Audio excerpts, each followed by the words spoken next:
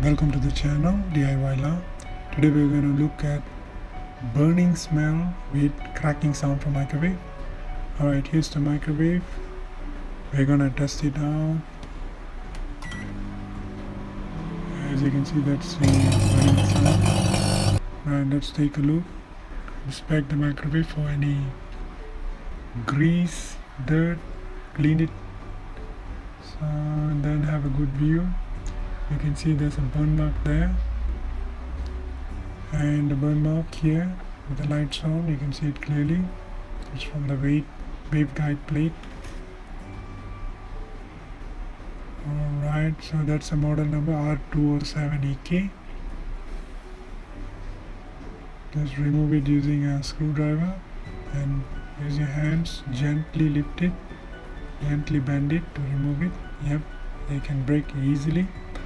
As you can see, this is the plate that we remove. Now let's take a look at the inside. Nice inside. Basically this plate is to prevent any fluid spill on it. So as you can see, there's even a burn mark there. Alright, so this is the remove plate. Now you can see that's a point of contact, I believe. As you flip it to the back, you can clearly see the burn mark. The plate is defected, so it needs to be replaced. You can buy it at your local electrical store, or for me, I ordered it from Shopee for RM9.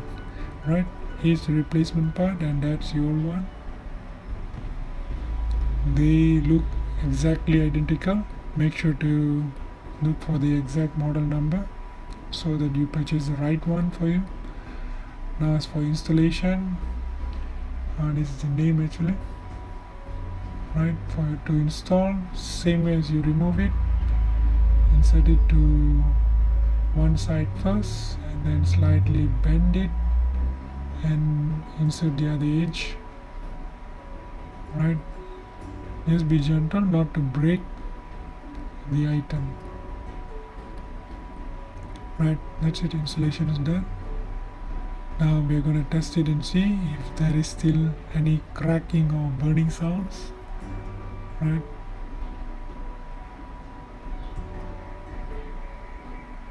as you can see, there's no more cracking sounds. The microwave seems to work perfectly normal.